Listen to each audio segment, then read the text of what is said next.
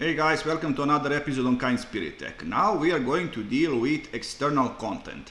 So how to import some external text or external element to your Latex document. For that purpose I have these two documents. One is written in plain text and another in Latex. So if you use command input and provide path to your document like this, save it. Let me show you what we have.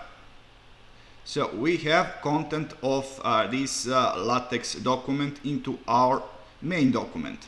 And what if I input that plain text like this,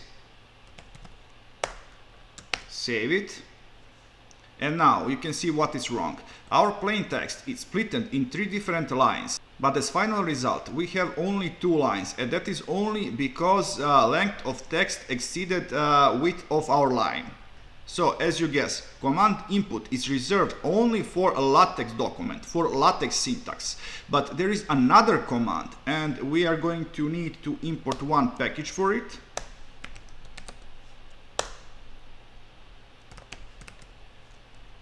Called verbatim. And now if instead of using input we use verbatim input with this exact the same document, save it, you see we have something totally else now.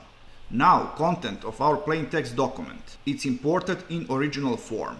In one of our upcoming episodes we are going to talk about importing computer code into our text, and then you're going to see how much this technique is useful. So that's all for this episode guys. I truly hope that you like this content, so please subscribe and see ya!